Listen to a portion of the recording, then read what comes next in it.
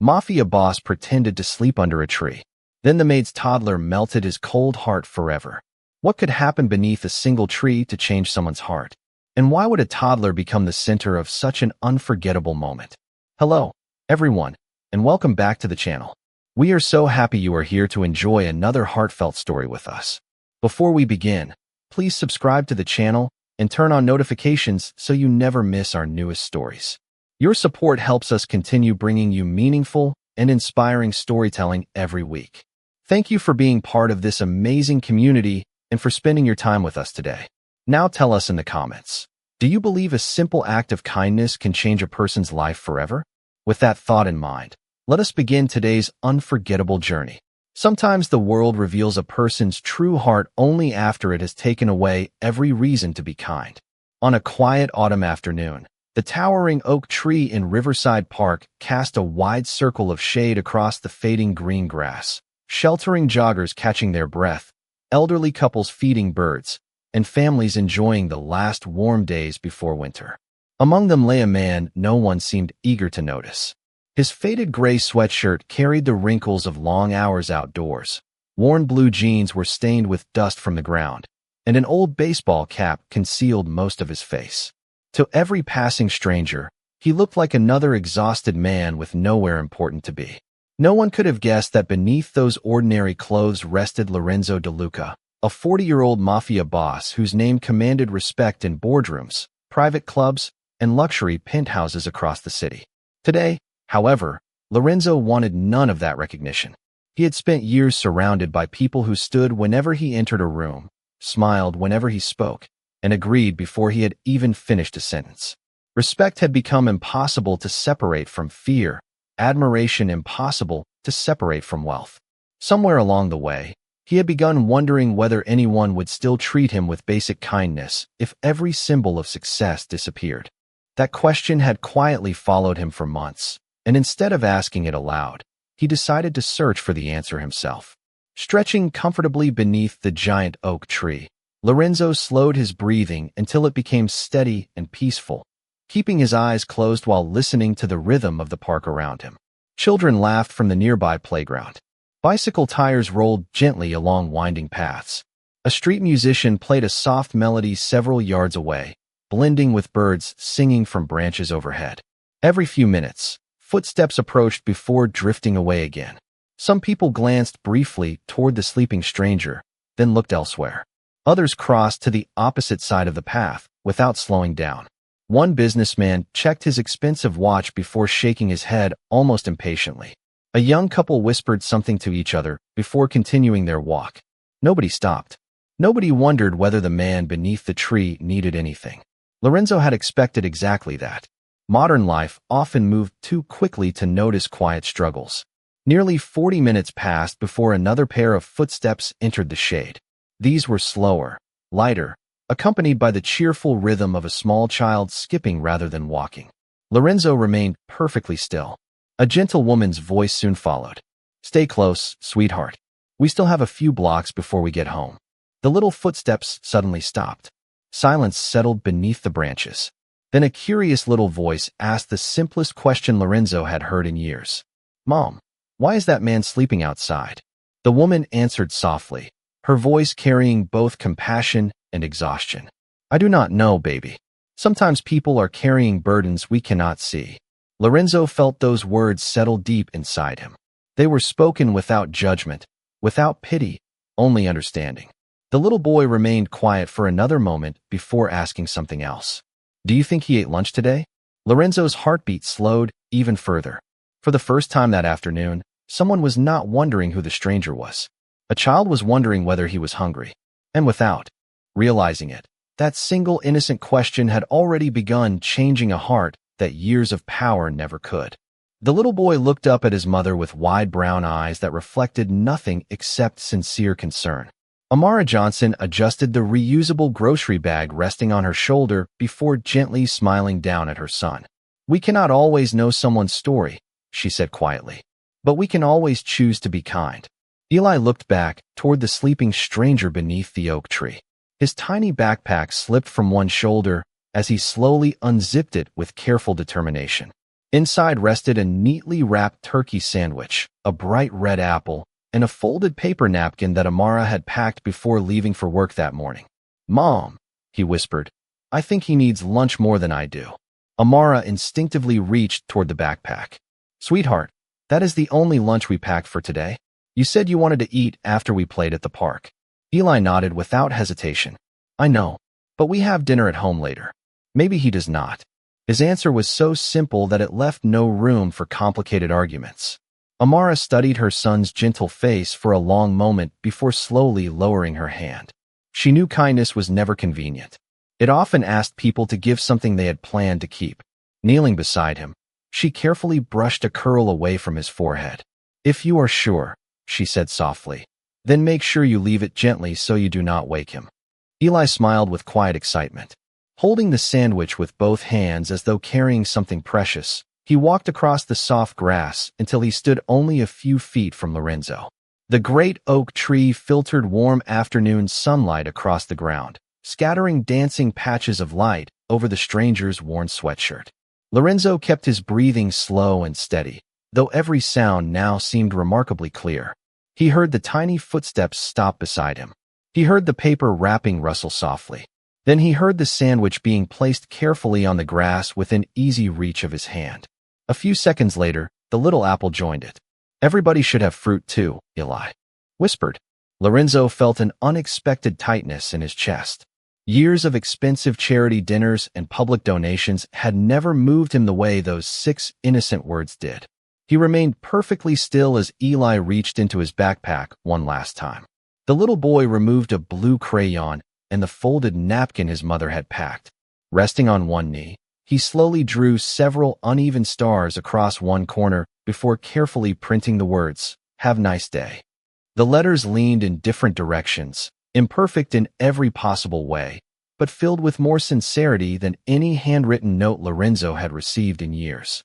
Amara quietly approached, her expression carrying equal parts pride and humility. "That was thoughtful," she told her son.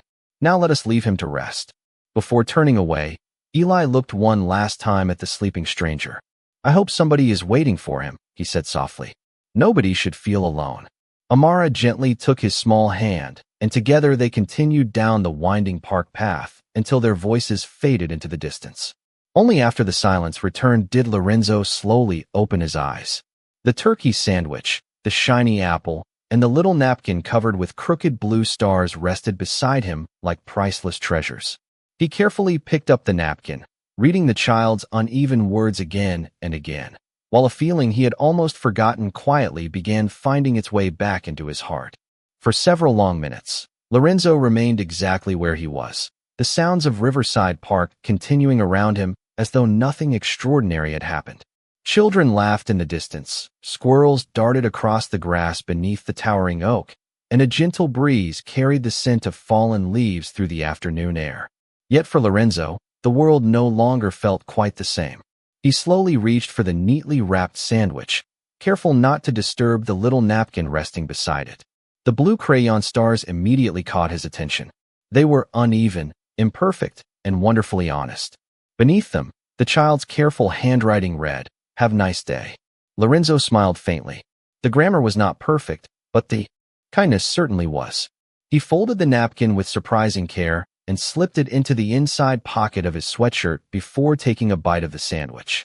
It was simple: turkey, cheddar cheese, crisp lettuce, and whole wheat bread. The kind of lunch someone packed before leaving home early for a long day of work. He had eaten meals prepared by award-winning chefs in private dining rooms overlooking city skylines. Yet none of those expensive dinners had ever carried the warmth contained in this ordinary sandwich. It was not the ingredients that mattered. It was the sacrifice behind them. The little boy had willingly given away the only lunch he had because he believed another person needed it more. Lorenzo leaned back against the thick trunk of the oak tree and closed his eyes once again, but this time he was no longer pretending to sleep. Instead, old memories quietly returned. Memories he had not allowed himself to revisit for years. He remembered his grandmother standing in a tiny kitchen long before success had entered his life, carefully wrapping homemade lunches in wax paper while reminding him that generosity was measured by what people chose to give when nobody was watching.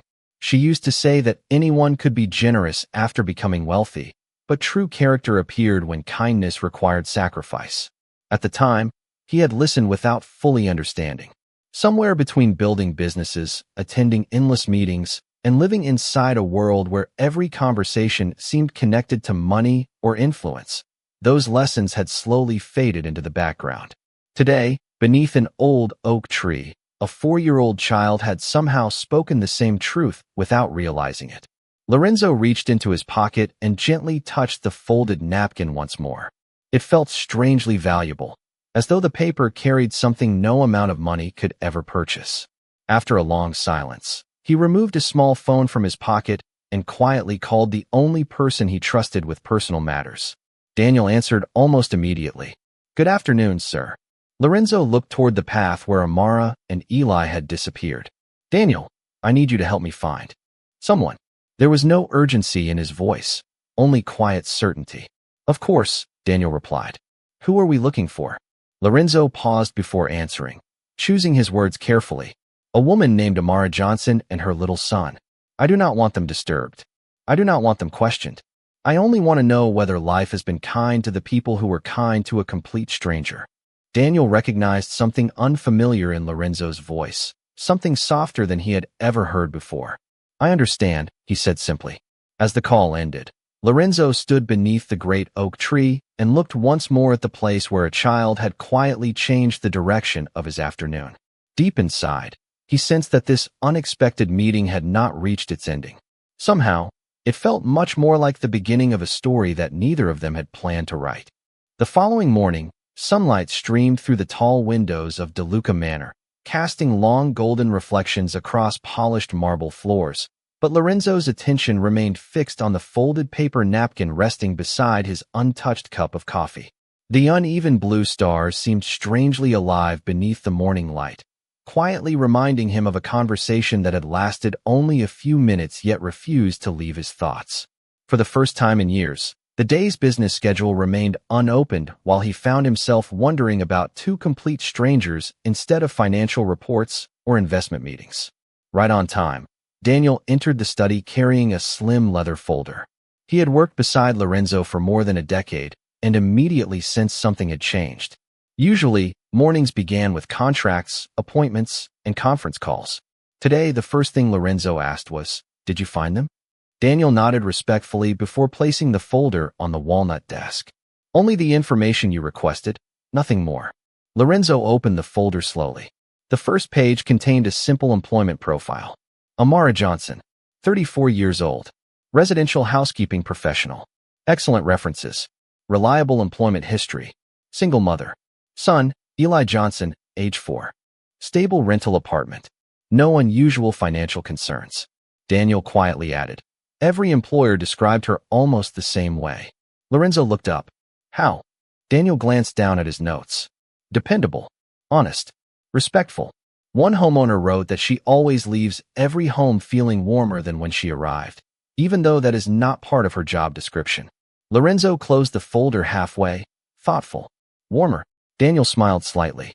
Apparently, she remembers birthdays, waters neglected plants, straightens family photographs, and leaves handwritten welcome notes whenever homeowners return from traveling. Small things. Nothing expensive. Lorenzo leaned back in silence. It was remarkable how often people underestimated small acts simply because they could not be measured. "Anything about the boy?" he finally asked. Daniel's expression softened. Only that several neighbors described him as polite and unusually generous. One elderly resident mentioned he shares snacks with children who forget theirs at the playground. Lorenzo looked once again at the blue stars on the folded napkin.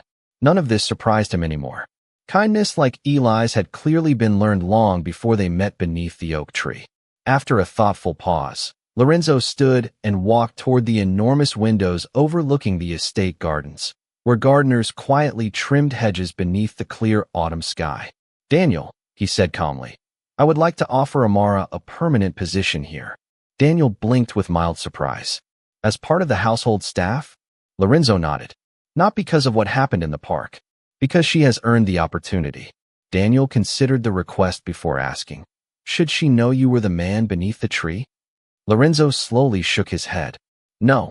If she accepts this position, it must be because of her own ability, not because she believes she owes anyone gratitude. Daniel smiled with quiet approval. It was perhaps the fairest decision he had ever heard Lorenzo make. Before leaving the room, he paused near the doorway. I will contact the staffing agency and arrange a standard interview through the estate manager. Lorenzo nodded without turning around. His eyes remained fixed on the young oak tree growing near the far edge of the gardens, its branches moving gently in the morning breeze. Somewhere across the city, Amara was beginning another ordinary workday, completely unaware that one simple lesson she had taught her son had quietly opened a new chapter in all three of their lives. 3 days later, while finishing an afternoon assignment in a quiet suburban home, Amara received a phone call from the staffing agency she had trusted for years. She stepped onto the back porch before answering, expecting another temporary housekeeping request. Instead, the familiar voice on the other end spoke with unusual enthusiasm. Amara, we have a full-time opportunity that matches your experience perfectly. It is a permanent position at a private estate with an excellent reputation. The salary is nearly twice what you are earning now. The schedule is consistent, health insurance is included, and weekends are generally free unless there is a special event. For a brief moment, Amara simply closed her eyes. She had worked tirelessly for years, traveling from one home to another, carefully balancing multiple schedules while raising Eli on her own. A stable position had always felt like a distant dream rather than a realistic possibility. I would be grateful for the interview, she answered calmly, refusing to let excitement replace professionalism. After ending the call, she quietly returned to work, polishing the final bookshelf with exactly the same care she had shown before receiving the news. Later that afternoon, she walked home beneath clear autumn skies, her thoughts filled with cautious hope rather than certainty. Opportunity was never the same as success. It still had to be earned. When she reached their modest apartment building, Eli was already waiting near the entrance with their elderly neighbor, Miss Evelyn, who often watched him for a short time after preschool. The little boy immediately ran into his mother's arms. "Did you have a good day?" he asked with the same sincere curiosity he showed everyone. Amara smiled and kissed the top of his head. "Something interesting happened today." Eli looked up with bright eyes. "Good interesting?" She nodded. "I have an interview on Friday.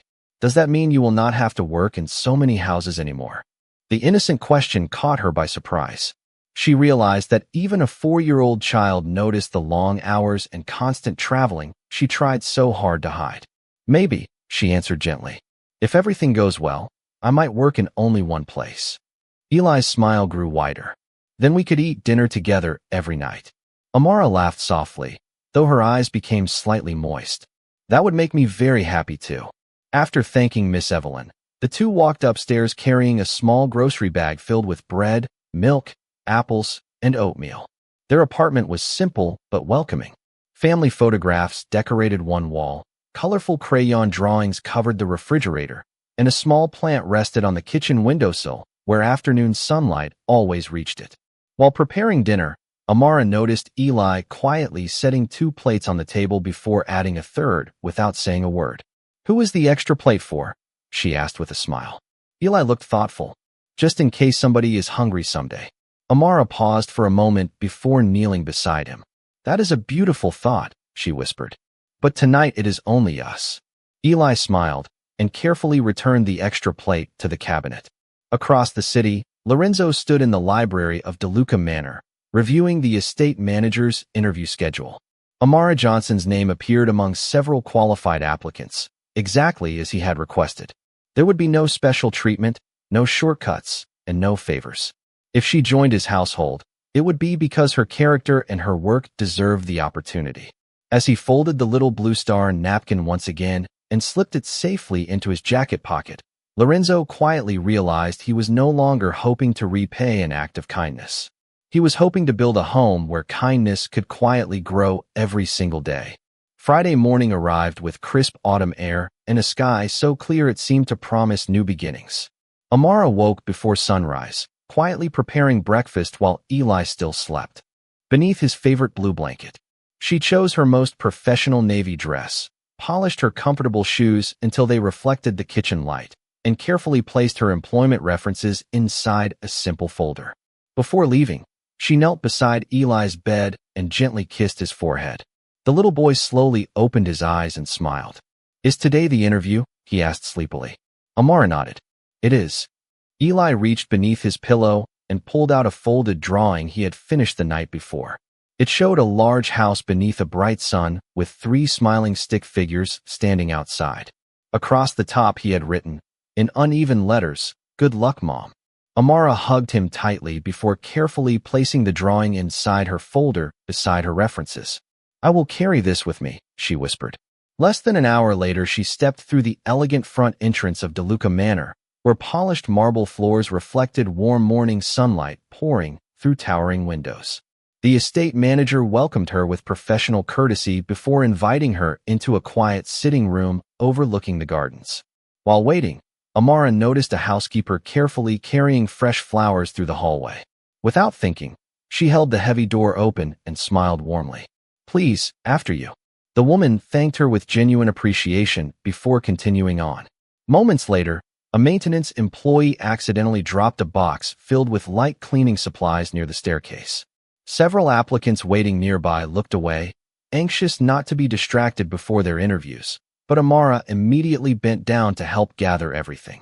"No harm done," she said kindly while handing the supplies back with a reassuring smile. The employee thanked her, visibly relieved. Unknown to Amara, those ordinary moments were being quietly observed from the second-floor balcony. Lorenzo stood behind the carved wooden railing, dressed in a tailored charcoal suit, watching the foyer below without revealing his presence. He had instructed the estate manager to conduct every interview independently because he wanted every candidate judged fairly. Yet he could not ignore what unfolded naturally when nobody believed they were being evaluated.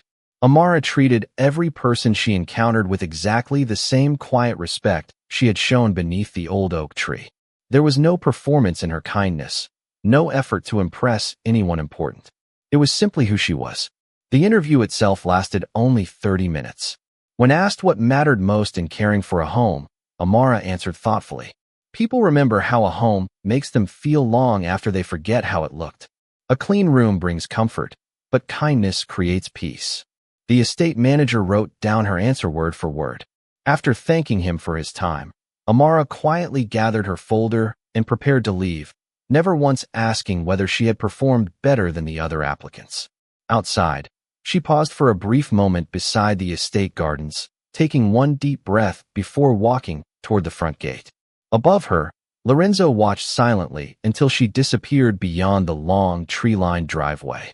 He did not need another report, another recommendation, or another interview. The answer he had been searching for beneath the oak tree stood before him more clearly than ever. Character like hers could not be manufactured, purchased, or taught overnight. It was built through thousands of ordinary choices made when nobody was watching, and Lorenzo knew with complete certainty that DeLuca Manor had just found the person capable of transforming a magnificent house into a true home. Late that afternoon, while Amara was folding freshly washed towels at one of her temporary housekeeping assignments, her phone vibrated quietly inside her apron pocket. She excused herself for a brief moment before answering. The familiar voice from the staffing agency sounded unusually cheerful. "Congratulations, Ms. Johnson. The estate manager was very impressed with your interview. The position is yours if you would like to accept it." Amara closed her eyes for a second, taking a slow breath before responding. "I would be honored to accept. Thank you very much." After ending the call, she remained standing by the window, allowing herself one quiet smile before returning to work. There were still beds to make, shelves to dust, and windows to polish. Good news had never changed the way she approached her responsibilities. That evening, she stopped at a neighborhood bakery on her walk home and purchased 2 oversized chocolate chip cookies, one for herself and one for Eli. It was a small celebration, carefully chosen because every dollar still mattered. As soon as she stepped into their apartment, Eli looked up from the living room floor where he had been building a tower from wooden blocks. "Did you get the job?" he asked before she even had time to set down her bag. Amara laughed softly. "Yes, sweetheart, I did." Eli rushed across the room and wrapped both arms around her waist. "Does that mean family dinners?" Amara smiled through tears she had not expected. "Yes, almost every night." Eli clapped his hands with excitement before proudly showing her the tallest block tower he had ever built. Now we can build things together too. His simple words reminded Amara that the greatest reward was never the larger paycheck. It was time. Time to read bedtime stories without rushing. Time to eat dinner at the same table every evening. Time to watch her son grow instead of constantly racing from one house to another. Across the city, Daniel entered Lorenzo's library carrying a single employment folder. She accepted the offer, he said with quiet satisfaction. Lorenzo looked up from the fireplace where he had been absent-mindedly turning the little blue star napkin between his fingers. Good, he answered simply. Daniel hesitated before speaking again. I have worked here for 12 years, and I have never seen you personally interested in hiring anyone. Lorenzo smiled faintly. I am not interested in hiring a housekeeper. Daniel raised an eyebrow. Lorenzo looked toward the quiet gardens outside the window. I am interested in protecting something that is becoming very rare. Daniel followed his gaze toward the young oak tree standing near the edge of the property. Neither man spoke for several moments. Finally, Daniel nodded with understanding. Kindness, he said softly. Lorenzo answered with a slow smile. Exactly. The following Monday morning, DeLuca Manor felt unusually different even before the first employee arrived. Fresh flowers had been arranged throughout the foyer, sunlight streamed across polished marble floors, and the household staff quietly prepared to welcome their newest colleague. None of them knew that the woman walking through those front doors would eventually change far more than daily routines. Somewhere inside the mansion, one folded paper napkin decorated with crooked blue stars remained safely tucked inside Lorenzo's desk drawer, waiting for the moment when a little boy with an unforgettable smile would unknowingly reveal that the mysterious stranger beneath the old oak tree had never forgotten him. Monday morning arrived with bright autumn sunshine spilling across the long stone driveway of DeLuca Manor. Amara arrived 15 minutes early, determined to make a good first impression on the people who had trusted her with such an important opportunity. Because Eli's preschool opened a little later that morning and Miss Evelyn had a doctor's appointment, the estate manager had kindly agreed that Eli could stay with his mother for a short while before another neighbor arrived to pick him up. The little boy stood quietly beside Amara, wearing clean blue jeans, a small striped sweater, and a tiny backpack hanging from one shoulder. His eyes wandered across the magnificent estate with childlike wonder. Mom, he whispered, this house is bigger than our whole block. Amara smiled and gently squeezed his hand. Remember, sweetheart, we are guests here. Good manners first. Eli nodded proudly. Always. A member of the household staff welcomed them warmly before leading them through the grand entrance hall, where polished marble floors reflected golden morning light streaming through towering windows. Crystal chandeliers sparkled overhead, fresh flowers decorated elegant tables, and every corner of the mansion carried an atmosphere of quiet dignity rather than extravagance. As Amara completed a few introductory forms, Eli patiently admired a large painting hanging above the staircase. At that very moment, footsteps echoed softly from the second floor. Lorenzo descended the curved staircase, wearing a tailored navy suit, prepared to formally welcome the newest member of his household staff. He expected a polite introduction and nothing more. Instead, the instant Eli looked up, his face lit with joyful excitement. Without the slightest hesitation, he pointed toward Lorenzo and exclaimed, Mom, that is the sleepy tree man. The cheerful voice echoed across the spacious foyer. Conversation stopped. Housekeepers paused with folded linens in their hands. The estate manager slowly lowered the clipboard he had been holding. Amara turned toward Lorenzo with visible confusion before studying his face more carefully. The calm blue eyes, the gentle expression, even the quiet way he carried himself suddenly connected with the memory she had almost forgotten beneath the old oak tree. It was you, she said softly, genuine surprise filling her voice. Lorenzo smiled with warmth that no employee in the mansion had ever witnessed before. Yes, he answered gently. It was. Amara immediately looked embarrassed. I hope Eli did not disturb your afternoon that day. Lorenzo slowly shook his head. Quite the opposite. Reaching into the inside pocket of his suit jacket, he carefully unfolded the little napkin decorated with uneven blue crayon stars. Though the paper had softened from being opened so many times, Every star remained exactly where Eli had drawn it. The little boy gasped happily. "You kept it." Lorenzo knelt until they were eye to eye. "I carried it with me every day," he replied, "because someone gave me a reminder I did not know I needed." Eli smiled with complete innocence before wrapping both little arms around Lorenzo's shoulders in a spontaneous hug. Lorenzo gently returned the embrace, careful not to overwhelm the child, while a deep silence settled throughout the foyer. The longtime staff exchanged quiet glances of amazement. They had seen Lorenzo negotiate difficult business decisions with perfect composure, but none of them had ever seen his guarded expression replaced by such genuine peace. Standing nearby, Amara watched the moment unfold with quiet gratitude, realizing that sometimes the smallest acts of kindness continued growing long after. The moment itself had passed. Inside the grand walls of DeLuca Manor, it no longer felt as though a new employee had arrived. It felt as though something far more important had finally found its way home. Over the months that followed, something remarkable happened inside DeLuca Manor, although no one could point to the exact day it began. The mansion still gleamed beneath crystal chandeliers, polished marble still reflected the morning sun, and every room remained as elegant as before, yet the atmosphere had quietly changed. Employees greeted one another by name instead of simply passing in silence. Fresh flowers appeared in shared spaces because Amara believed beauty should belong to everyone, not only the owners of great houses. Eli occasionally visited after preschool, and his cheerful laughter drifted through the gardens often enough that even the oldest members of the household staff found themselves smiling without realizing it. Lorenzo noticed every small change. He discovered that kindness did not arrive all at once. It settled gently into ordinary moments until an entire home began feeling different.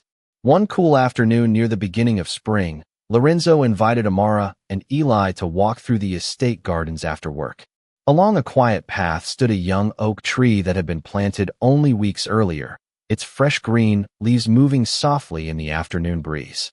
Eli immediately ran toward it with delighted excitement. "It looks like the tree in the park," he said. Lorenzo smiled warmly. "That is exactly why I wanted it here." The three of them sat together beneath the young branches while golden sunlight filtered across the grass. For a long moment, nobody spoke. The silence felt comfortable, the kind shared by people who no longer needed to prove anything to one another. Finally, Lorenzo reached into his jacket pocket and unfolded the little paper napkin covered with uneven blue stars. Although the edges had become slightly worn, he had protected it carefully from the day Eli left it beside the sleeping stranger. Amara looked at the drawing with quiet surprise. "You really kept it all this time?" Lorenzo nodded. "This is the most valuable gift I have ever received." Amara gently shook her head. "It was only a child's drawing." Lorenzo looked toward Eli, who was collecting fallen leaves nearby, with complete happiness. "No," he answered softly. "It was a reminder that compassion still exists even when the world forgets to notice it." After another thoughtful pause, he continued, "I spent years believing success meant building larger businesses, earning greater respect, and surrounding myself with impressive things. But one little boy gave away his only lunch without expecting anything in return, and suddenly I understood that generosity is measured by the size of the heart, not the size of the bank account." Amara smiled quietly.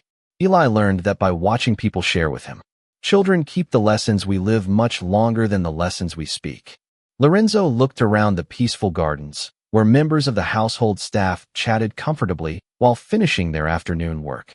The mansion no longer felt like a place defined by wealth alone. It had become a place where people genuinely cared for one another. Eli returned carrying a handful of colorful leaves before sitting between them with a proud smile.